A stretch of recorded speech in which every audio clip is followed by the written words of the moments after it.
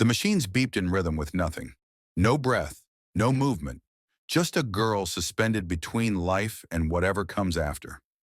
Kofi stood at the foot of the hospital bed, his worn sandals leaving dust prints on the polished floor. He looked at the billionaire's daughter, tubes in her arms, a ventilator doing the breathing her body had forgotten how to do. Then he looked at her father. Mr. Osei sat in a leather chair that probably cost more than Kofi's entire neighborhood. His suit was perfect. His watch caught the fluorescent light, but his face was broken. "Turn off the machines," Kofi said. The room went silent except for the beeping. Mr. Osei's head lifted slowly. His eyes were red, dry from too many sleepless nights. "What did you say?" "Turn off the machines. Your daughter will wake up." The billionaire stood. He was tall, imposing, the kind of man who made decisions that moved money across continents. But right now he looked small. "Who are you?" His voice cracked. "Who let you in here?" Kofi didn't move. "I'm the boy who cleans the fifth floor. I've been watching her for 3 weeks." "Watching my daughter?" Mr. Osei's grief turned sharp, dangerous. "Security! Wait."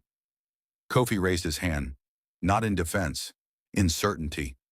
"I know how this sounds. I know what I look like to you. But I'm telling you the truth. The machines are keeping her between worlds. She can't come back while they're holding her there." A nurse appeared at the door. Mr. Osei waved her off, his eyes locked on this strange boy in a faded shirt who spoke with the confidence of someone who'd seen something the rest of them hadn't. "You're a cleaner," Mr. Osei said slowly. "A child. And you think you know more than the doctors? More than the specialists I flew in from London?"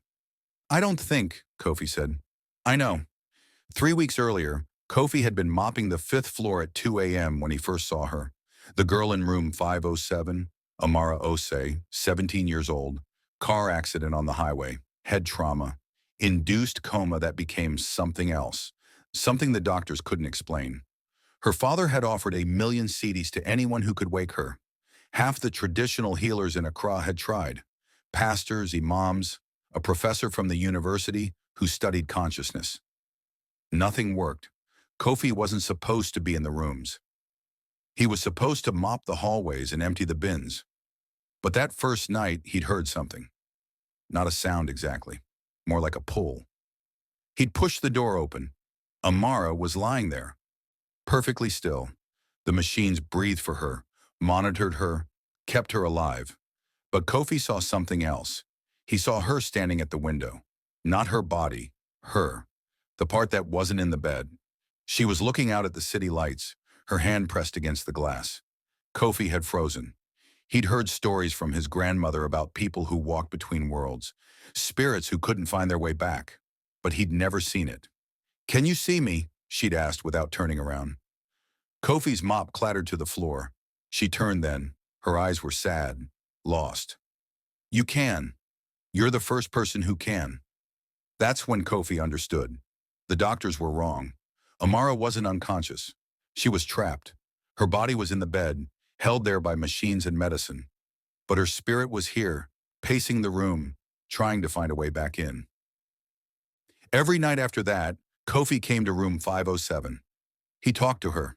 She told him about the accident, the way the car had spun, the moment everything went dark, waking up to find herself standing over her own body.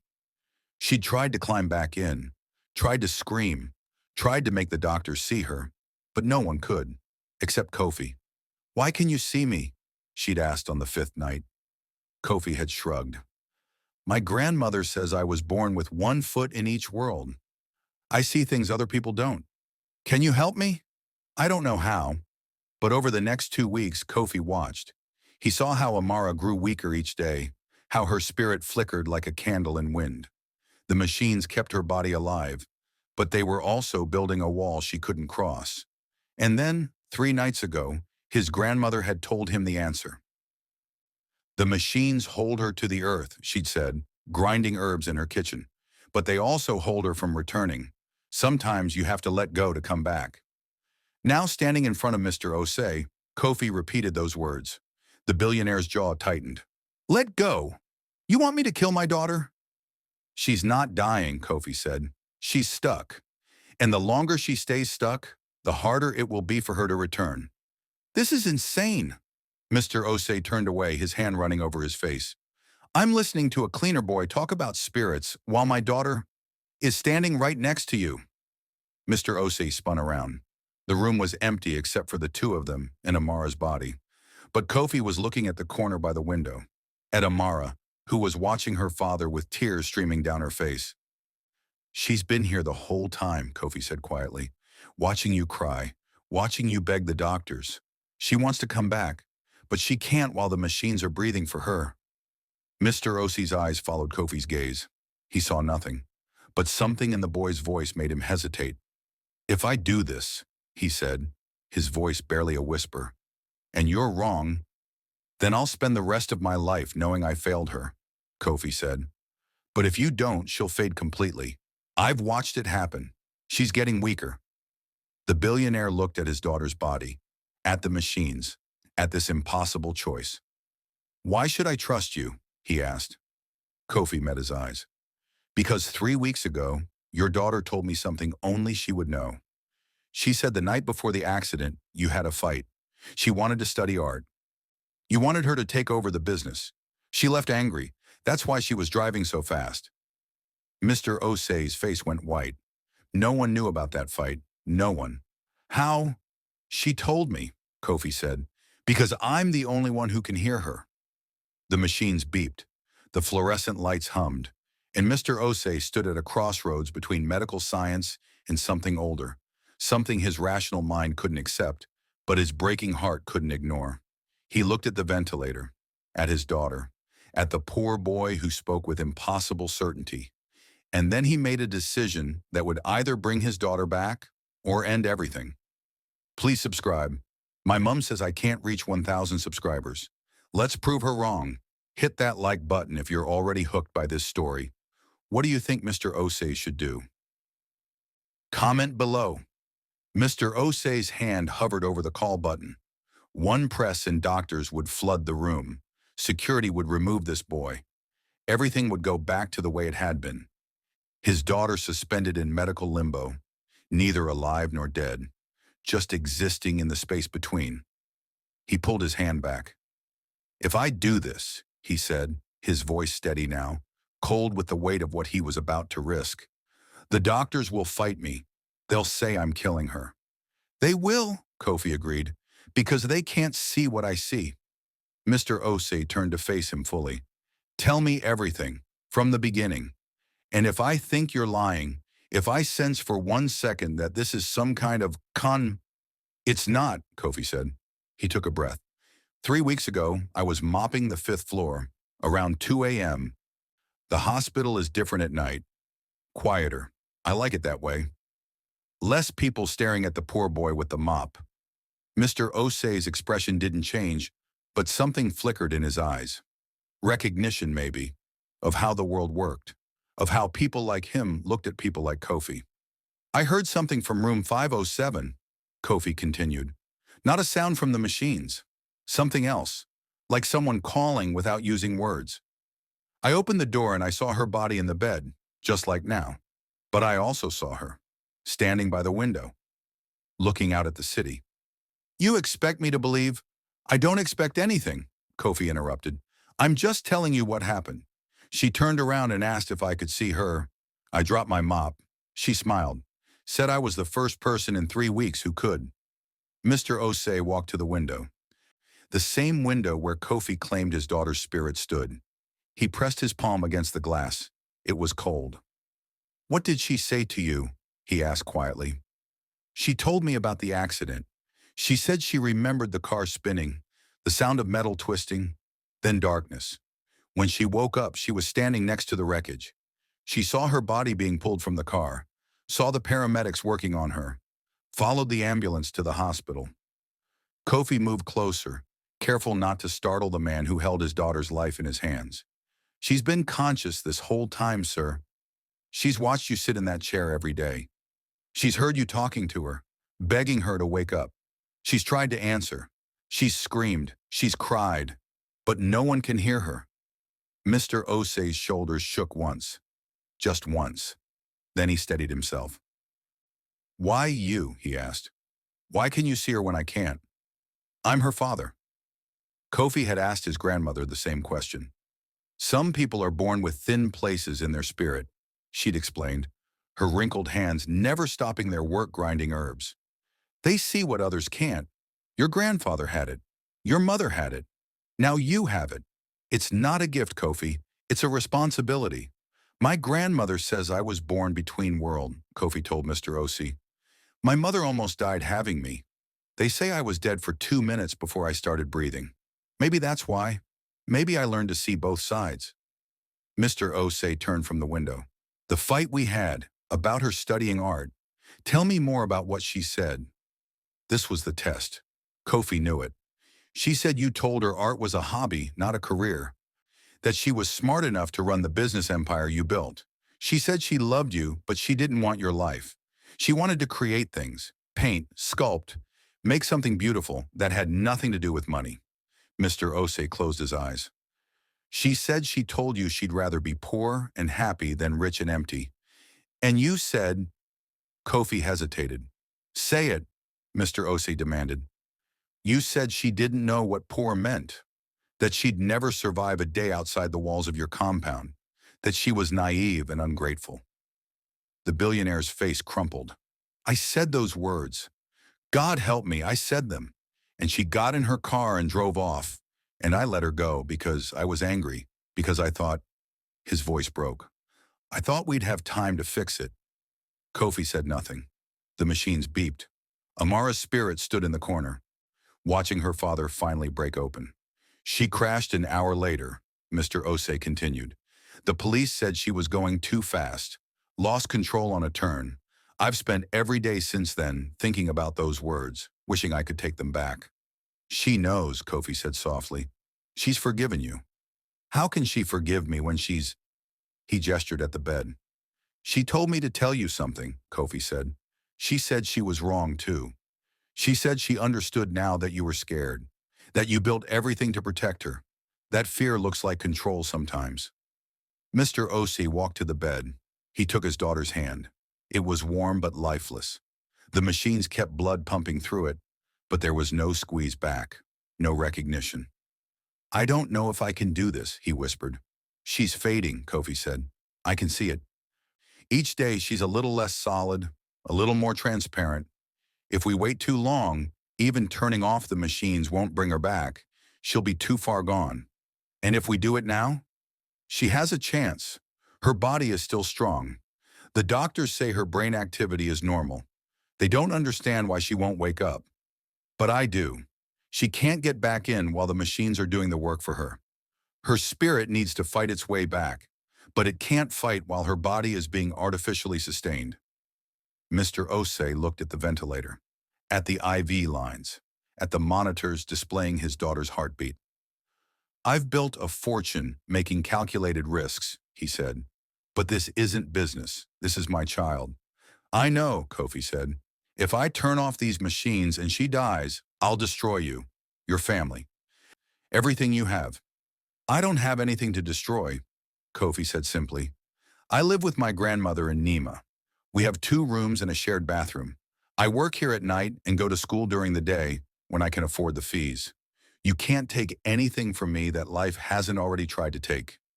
Mr. Osei studied the boy's face, looking for deception, for con artistry, for any sign that this was an elaborate scheme. He saw only certainty, and something else, compassion. Why are you helping her? He asked. You don't know us. Kofi thought about the past 3 weeks, about talking to Amara every night, about learning that rich girls and poor boys weren't that different when you stripped away everything else. They both wanted to be seen, to be heard, to matter. Because she asked me to, Kofi said, and because no one should be trapped between worlds, not even a billionaire's daughter. Mr. Osei made his decision. I'll need to send the nurses away. The doctors will try to stop me. This has to be quick. Kofi nodded. And you, Mr. Osei said, pointing at him, you stay here. If this doesn't work, you'll be the first person I look at. I understand. Mr. Osei pressed the call button. When the nurse appeared, he told her he needed privacy. His voice had that tone, the one that came from years of being obeyed without question. She hesitated, then left.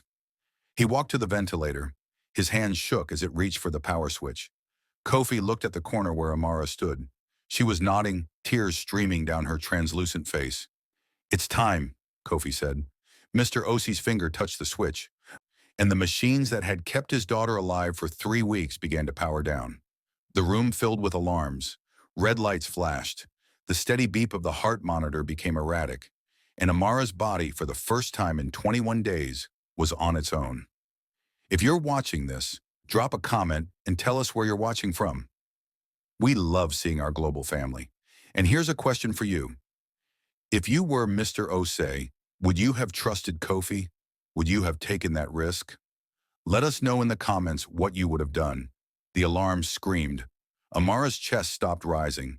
The ventilator sat silent. The numbers on the heart monitor jumped. 150, 170, 180. Her heart racing without the machine's steady rhythm to guide it. Mr. Osei stumbled backward, his hand flying to his mouth. "What have I done?" Kofi didn't move. His eyes were locked on the corner where Amara's spirit stood. She wasn't looking at her body. She was looking at her hands. They were glowing now, pulsing with light that grew brighter with each second. "She's gathering her strength," Kofi said. The door burst open. 2 nurses rushed in, followed by Dr. Mensah, the head physician who'd been treating Amara since the accident. "What happened?" Dr. Mensah's eyes went to the ventilator, to the silent machines. "Who turned off?" "I did," Mr. Osei said. Dr. Mensah moved fast, reaching for the ventilator controls. "Sir, with all respect, you can't—" "Don't touch it," Mr. Osei commanded. His voice cracked but held firm. "Give her 1 minute." 1 minute? Dr. Mensah looked at him like he'd lost his mind. "Mr. Osei, your daughter is in respiratory failure. Without the ventilator, her brain will be damaged within 3 minutes.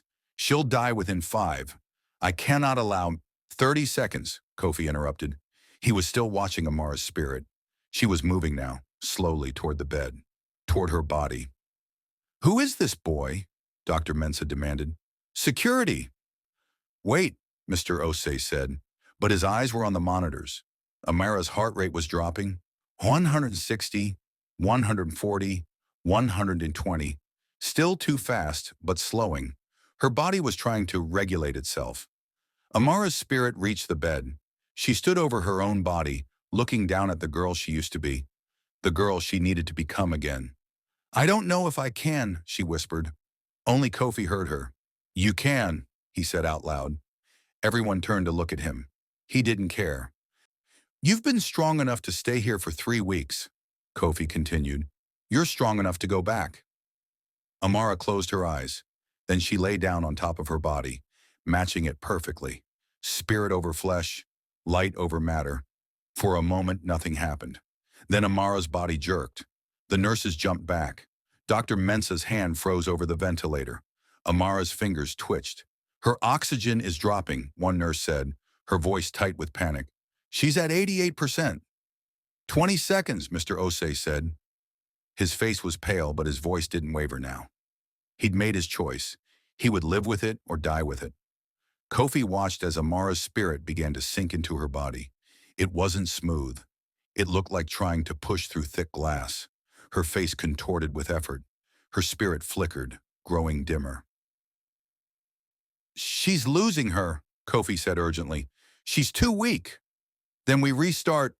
Dr. Mensah reached for the machines again. "No." Kofi moved between the doctor and the ventilator.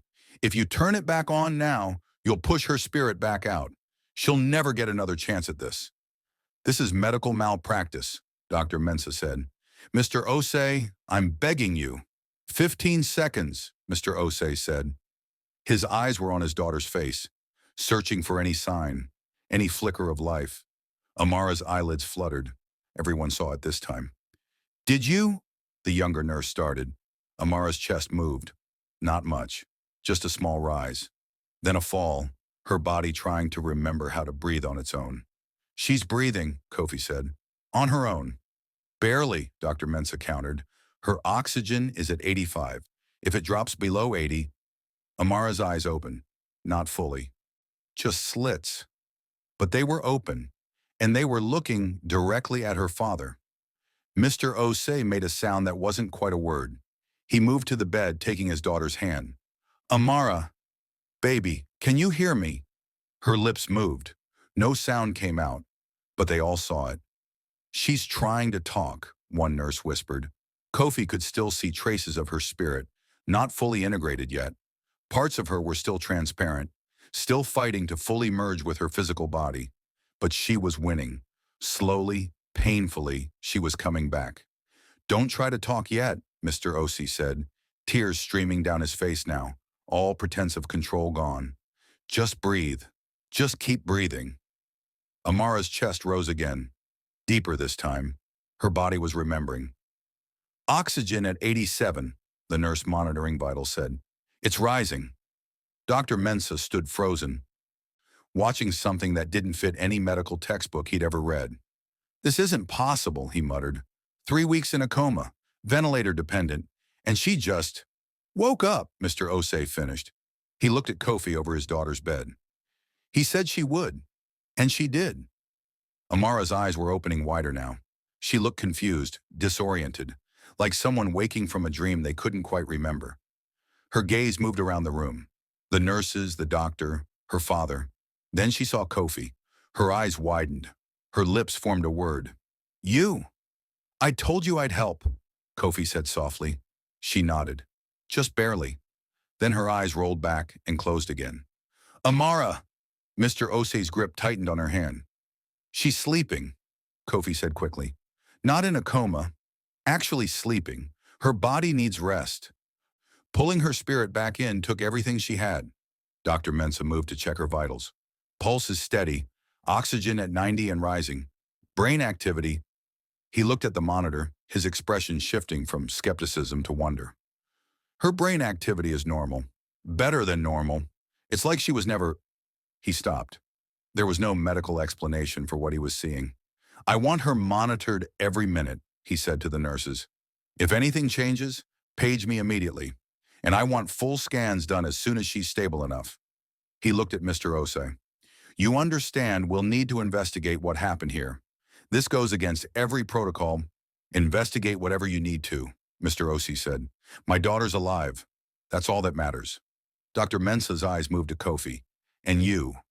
You said she would wake up if we turned off the machines. How did you know? Kofi shrugged. I just did. That's not an answer. It's the only one I have, Kofi said. Dr. Mensah studied him for a long moment, then shook his head and left the room, the nurses following. Only Mr. Osei and Kofi remained with Amara, who slept peacefully now, her chest rising and falling on its own. The billionaire sat heavily in his leather chair.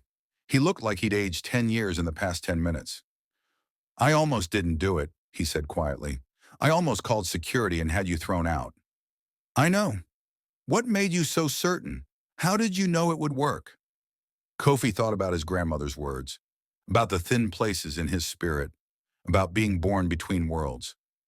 My grandmother tells stories, he said, about people who get lost between life and death. She says machines are new, but the soul is old. The soul knows things machines don't. It knows when to hold on and when to let go. Mr. Osei looked at his daughter. She's really back? She's really back, Kofi confirmed, but she'll need time. Coming back from where she was. It's not easy. She might not remember everything at first. She might be confused, scared. I'll be here, Mr. Osei said, for whatever she needs, however long it takes. He paused. I never thanked you. You don't have to. Yes, I do. Mr. Osei stood. You saved my daughter's life. You gave me a second chance I don't deserve. Name your price. Anything. Kofi thought about his grandmother, about their 2 rooms in Nima, about school fees he couldn't always pay, about mopping floors at 2 a.m. Because it was the only job he could find. He could ask for money, for a house, for university tuition, for everything the world had never given him. But when he looked at Amara sleeping peacefully, finally reunited with her body, he knew what mattered. I don't want money, he said. Mr. Osei frowned. Then what? Kofi met his eyes. I want you to let her study art. The billionaire's face went still. What? That's why she was driving so fast that night. Because you fought about her future? She wanted to create. You wanted her to run your empire. If you really want to thank me, let her choose her own path. Mr. Osei's jaw tightened. For a moment, Kofi thought he'd gone too far. That the man who'd just risked everything to save his daughter would balk at this one simple request. Then Mr. Osei laughed. It was a broken sound, but real. A poor boy who can see spirits just told me how to raise my daughter, he said. And he's right. He looked at Amara. She can study art, paint, sculpt, whatever she wants. I'll build her a studio if that's what it takes. Kofi smiled. She'd like that. But I'm also paying your school fees, Mr. Osei continued, and your grandmother's rent, and whatever else you need. I don't care if you don't want it. Consider it payment for the lesson you just taught me about listening. Before Kofi could respond, Amara stirred. Her eyes opened slowly. This time they stayed open. Dad? Her voice was rough, barely a whisper, but it was hers. I'm here, baby. Mr. Osei took her hand. I'm right here. She looked at him, really looked at him. I heard you, every day, when you sat here talking to me. I heard everything. You did. I'm sorry, she said. Tears slipped down her cheeks. I'm sorry I drove so fast. I'm sorry I said those things. No. Mr. Osei wiped her tears gently. I'm sorry. You were right. About everything. And when you're well, we're going to talk about art school. About what you want. About listening better. Amara's eyes widened. Really? Really? She turned her head, found Kofi standing awkwardly by the door. You did it. You got him to listen. You did it, Kofi corrected. You fought your way back. We both did, she said. Then she yawned, her eyes already closing again. I'm so tired. Sleep, Mr. Osei said. I'll be here when you wake up. And this time when Amara closed her eyes, everyone in the room knew she'd opened them again. If this story is giving you chills, hit that like button and share it with someone who needs to see it. Comment your thoughts on what just happened. Do you believe in things that science can't explain? Drop your answer below. 2 days later, Amara was sitting up in bed eating real food for the first time. Her recovery shocked every doctor who examined her. The scans showed no brain damage, no cognitive impairment, nothing that suggested she'd spent 3 weeks in a coma. Dr. Mensah called it a medical miracle. He'd written up the case to submit to medical journals. He'd interviewed Kofi 3 times, trying to find a rational explanation for what happened. Each time, Kofi gave him the same answer. I just knew. The hospital administration wanted to keep Amara for observation. Mr. Osei wanted her home.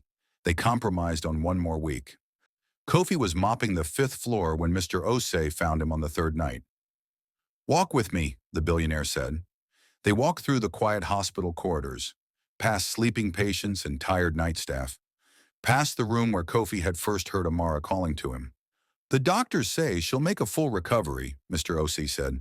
Better than full. It's like the coma never happened. That's good, Kofi said. She wants to see you. She's been asking every day. Kofi had been avoiding room 507, not because he didn't want to see Amara, because he wasn't sure what his place was now. He'd helped her come back, but they lived in different worlds. She was the daughter of one of the richest men in Ghana. He was a janitor who slept on a mat in Nima. I don't think that's a good idea, Kofi said. Mr. Osei stopped walking. Why not? Because she's awake now. She doesn't need me anymore. Is that what you think? That you were just useful? Kofi shrugged. I'm not stupid, sir. I know how this works. You're grateful now. But in a few weeks, you'll remember that I'm the poor boy who mops floors, and it'll be awkward. Better to just... You're wrong, Mr. Osei interrupted. About several things. First, my daughter spent 3 weeks talking to you. She says you're the only person who's ever really listened to her, not tried to fix her or change her. Just listened. That's not something I forget. He started walking again. Kofi followed. Second, I meant what I said about paying your school fees. I've already set up an account. Full tuition through university. Whatever you want to study. Kofi stopped. Sir, I can't accept... You can and you will. Because third and most important, Mr. Osei turned to face him. You taught me something worth more than any business deal I've ever made. You taught me that wisdom doesn't come from wealth, that seeing clearly has nothing to do with what you own. My daughter was dying and I was too proud to listen to a janitor. That almost cost me everything. You listened when it mattered, Kofi said. Barely, and only because you knew something no one else could have known. Mr. Osei paused. The doctors want to study you. They think you have some kind of gift. Do you? Kofi thought about how to answer that. My grandmother says some people see with more than their eyes. That's all it is. That's not all it is, Mr. Osei said. But I won't push. What I will say is this. My daughter's alive because you saw what others couldn't. And I don't forget my debts. They reached the elevator. Mr. Osei pressed the button for the 5th floor. Come see her, he said. Please, she needs to thank you herself. Kofi wanted to say no, wanted to keep the boundaries clear between his world and theirs. But something in Mr. Osei's voice made him nod. Room 507 looked different now. The machines were gone, except for basic monitors. The lights were warmer. Amara sat propped up with pillows, a sketchpad in her lap. She looked up when they entered and her face broke into a smile. Finally, Dad, I thought you were going to have to kidnap him. I considered it, Mr. Osei said. I'll give you two some time. He left, closing the door behind him. Amara set her sketchpad aside. You've been avoiding me. I've been working, Kofi said. Liar. But she said it gently. Sit. Please. Kofi sat in the chair Mr. Osei had occupied for 3 weeks. It felt strange sitting there now, with Amara awake and looking at him. I remember everything, she said. Every conversation we had. Every night you came to talk to me while I was wherever I was. Between worlds, Kofi said. Between worlds, she repeated. It's a good way to describe it. I wasn't here, but I wasn't gone either. I was just stuck. She looked at her hands. I thought I was going crazy at first, watching everyone move around me, but not see me, not hear me. I screamed so many times. I heard you, Kofi said. That first night. That's why I came in. I know, and you kept coming back, even though I was just some rich girl you didn't know. Why? Kofi had asked himself that question many times. Because you needed help. And I could give it. That's it? Just helping? What else would it be? Amara smiled. You're different, Kofi. Most people want something from me. My dad's money. My family's connections. But you just talked to me like I was a person, not a billionaire's daughter. You are a person, Kofi said. That's all I saw. I know. That's why I asked my dad to find you. She picked up her sketchpad. I've been drawing again. First time in months. Want to see? She turned the pad around. It was a sketch of the hospital room, but not as it was now, as it had been when she was between worlds. And in the corner, barely outlined, was a figure. Kofi holding his mop, looking at something no one else could see. You drew me, Kofi said. I drew the person who saved my life. She set the pad down. The doctors don't understand what happened. They think it was some kind of spontaneous recovery. But I remember fighting to get back into my body. I remember how hard it was. And I remember you telling me I was strong enough. You were. Because you believed it first. Amara's eyes were serious now. I want to do something for you. Something real, not just money. Your dad already... I know about the school fees. That's him. This is me. She leaned forward. I want you to teach me. Kofi frowned. Teach you what? How to see the way you see. How to pay attention to things other people miss. You notice everything, Kofi. The way people move. What they need. You saw me when no one else could. I want to learn that.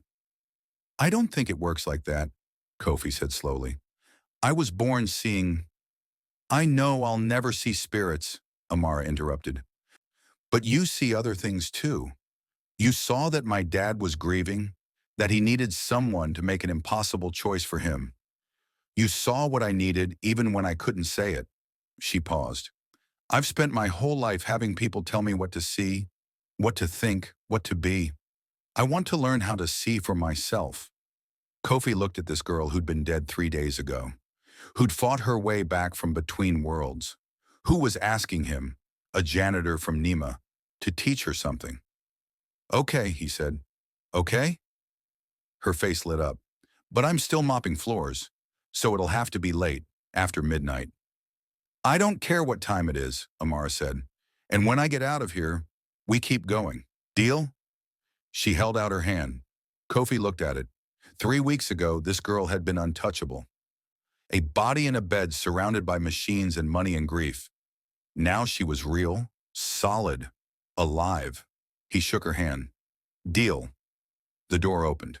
Mr. Osi stepped in, followed by someone Kofi recognized, his grandmother. Nana? Kofi stood quickly.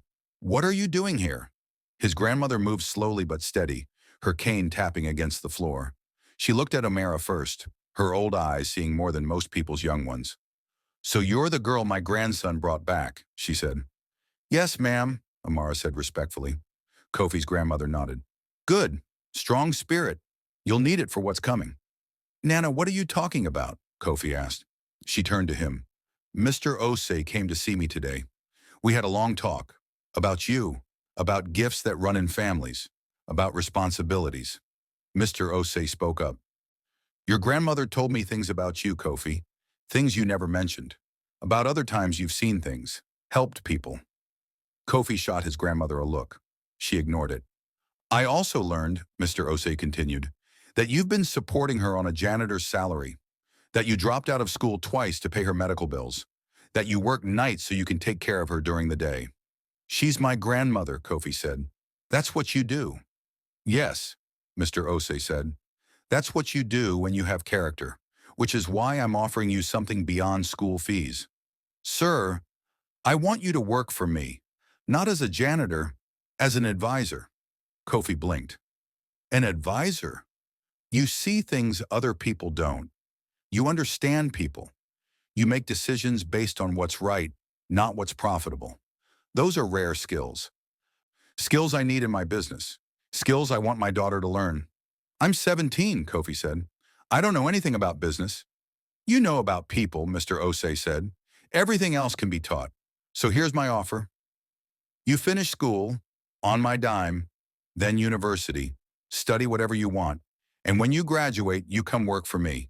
Not for minimum wage, for a real salary, with real responsibility. Kofi looked at his grandmother. She was smiling. It's your choice, grandson, she said. But Mr. Osei is right. You have a gift. Time you used it for more than mopping floors. What about Amara? Kofi asked. What does she get out of this? Amara laughed. I get art school, and a friend who doesn't care about my last name. That's more than enough. Kofi looked around the room. At the billionaire who'd trusted him with his daughter's life. At the girl who'd fought her way back from death. At his grandmother who'd raised him to see clearly even when others didn't. A week ago, he'd been invisible. A janitor people looked past. Now he was standing at a crossroads that would change everything. I need to think about it, he said. Take your time, Mr. Osei said. The offer stands. But as Kofi left the room that night, walking past the spot where he'd first heard Amara calling to him, he already knew his answer. Some doors opened once. You either walked through them or you didn't. He was walking through. We want to hear from you. Have you ever had to make an impossible choice like Mr. Osei did? Have you ever trusted someone when logic told you not to? Drop your story in the comments. We read every single one. And if this chapter got your heart racing, you know what to do. Like and share this video. 6 months later, Kofi stood in front of his old apartment in Nima. The paint was still peeling. The shared bathroom still had a broken lock. But his grandmother wasn't there anymore. She was in a 3-bedroom house in Hatso. Clean water, reliable electricity, a garden where she grew her herbs. Mr. Osei had insisted. Kofi had stopped arguing after the first week. He'd come back to drop off supplies for Mrs. Addo next door, the woman who used to share her food when money was tight. Some things you didn't forget, some debts you repaid however you could. His phone buzzed. A message from Amara. You're late. Studio opens in 20 minutes. Kofi smiled and headed to his car. Not his car, technically. Mr. Osei had given it to him for transportation purposes, a modest sedan that ran well and didn't draw attention. Kofi had wanted to refuse that too, but his grandmother had looked at him with those eyes that saw through excuses. Pride is expensive, grandson, she'd said. Don't bankrupt yourself with it. The art studio was in Osu, modern building, glass walls, natural light flooding through skylights. Mr. Osei had built it for Amara, but she'd insisted it be a community space. Half for her, half for young artists who couldn't afford studio time. Kofi found her in the main room, standing in front of a canvas twice her height. Paint splattered her clothes. Her hair was tied back messily. She looked happy. "You're late," she said without turning around. "Traffic." "Liar! You were in Nima again." Kofi didn't ask how she knew. 6 months of friendship had taught him that Amara noticed everything now. She'd taken his lesson about seeing clearly and run with it. "Mrs. Addo needed groceries," he said. "You're a good person, Kofi." She stepped back from the canvas. "What do you think?" The painting was abstract but somehow specific. Swirls of dark blue and black with threads of gold running through them. It felt like being underwater, like being between worlds. "It's about the coma," Kofi said. "It's about being lost and finding your way back." Amara wiped her hands on her jeans. "I'm calling it Between. The gallery wants it for the exhibition next month." "They should have it," Kofi said. "It's good. Good enough to sell? Good enough to keep." Amara smiled. "That's why I like you. You tell the truth." She checked her watch. "We have time before the workshop. Want to see the finished community wall?" They walked through the studio, past easels and pottery wheels and workbenches, past young artists who nodded at Amara like she was one of them, not the daughter of a billionaire. Because here she was. She showed up every day, painted, sculpted, taught free workshops on weekends, lived in paint-stained clothes and forgot to eat when she was working. Her father had learned to accept it. More than accept it. He'd learned to be proud of it. The community wall was in the back room, 50 feet of blank space that Amara had opened to anyone who wanted to contribute. No rules except honesty. It was covered now. Stories in paint and charcoal and spray paint, faces and words and abstract expressions of joy and pain and everything between. And in the center, painted larger than the rest, was a hospital room, a girl in a bed, a boy with a mop, and between them the faint outline of a hand reaching across an impossible distance. "You painted it," Kofi said quietly. "We all did," Amara said. "Everyone who's ever felt stuck between one life and another. Everyone who needed someone to see them." She touched the painted hand. "That's what you did for me. You saw me when I was invisible." "You were never invisible," Kofi said. "You were just in the wrong place." "Same thing sometimes." Amara turned to him. "Speaking of seeing, Dad told me you start at the company next week." Kofi nodded. He'd finished his final exams 2 weeks ago. Top of his class. University was waiting in September. But Mr. Osei had asked him to spend the summer learning the business. Not the money side. They had accountants for that. The people side. Understanding what employees needed, what clients wanted, what problems were hiding in plain sight. "Are you nervous?" Amara asked. "Terrified," Kofi admitted. "Good. You should be. It means you care." She paused. "But you'll be amazing at it. You know why?" "Why?" "Because you still remember what it's like to be invisible. You remember what people see when they look at a janitor, or a patient who can't speak, or anyone the world decides doesn't matter." Amara's voice was fierce now. "That memory is your power, Kofi. Don't lose it." "I won't," he promised. The studio door opened. Students began arriving for the afternoon workshop. Kids from Nima and Jamestown and other neighborhoods where art supplies cost more than food. Amara had recruited them herself, walking through markets and schools, looking for talent buried under poverty. She taught them for free, gave them supplies, created space for them to make something beautiful out of hard lives. Kofi watched her work, patient and encouraging, pushing them to see what they'd painted, not just what they'd meant to paint, teaching them to look closer, deeper. She'd learned that from him, and he'd learned from his grandmother, and she'd learned from her grandmother. A chain of seeing clearly that stretched back generations. His phone rang. Mr. Osei. "Kofi, where are you?" "At Amara's studio, sir." "Good, I need you both at the house. Tonight, 7 o'clock. We're having dinner." Sir, I don't think it's not a request. And bring your grandmother. This is family dinner. He hung up before Kofi could respond. Family dinner. Kofi looked at the words on his screen. 6 months ago, the idea of sitting at the same table as one of Ghana's richest men would have been absurd. Now it was Tuesday. That evening, Kofi and his grandmother arrived at the OC compound in Trisako. The security guard waved them through like he'd been doing it for years. The house still looked like something from a movie, all glass and marble and space. But Kofi didn't feel small here anymore. Mr. O.C. met them at the door himself. No butler, no assistant, just him in casual clothes that probably cost more than Kofi's car.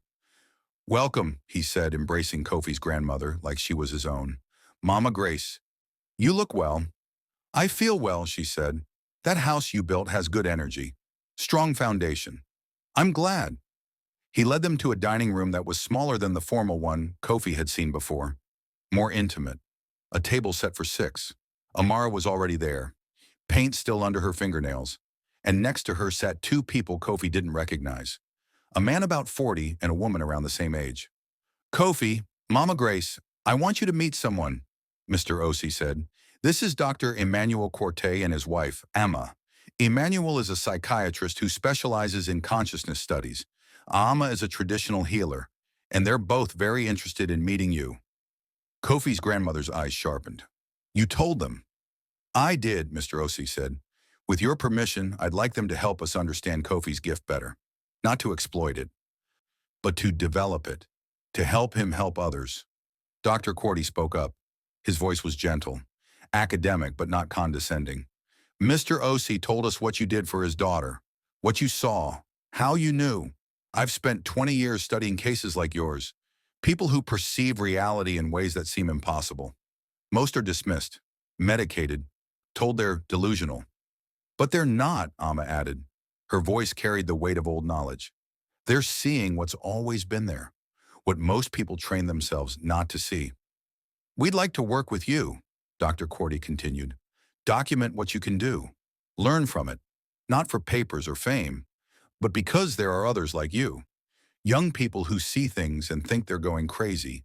They need to know they're not alone. Kofi looked at his grandmother. She was watching him carefully. What do you think, grandson? She asked.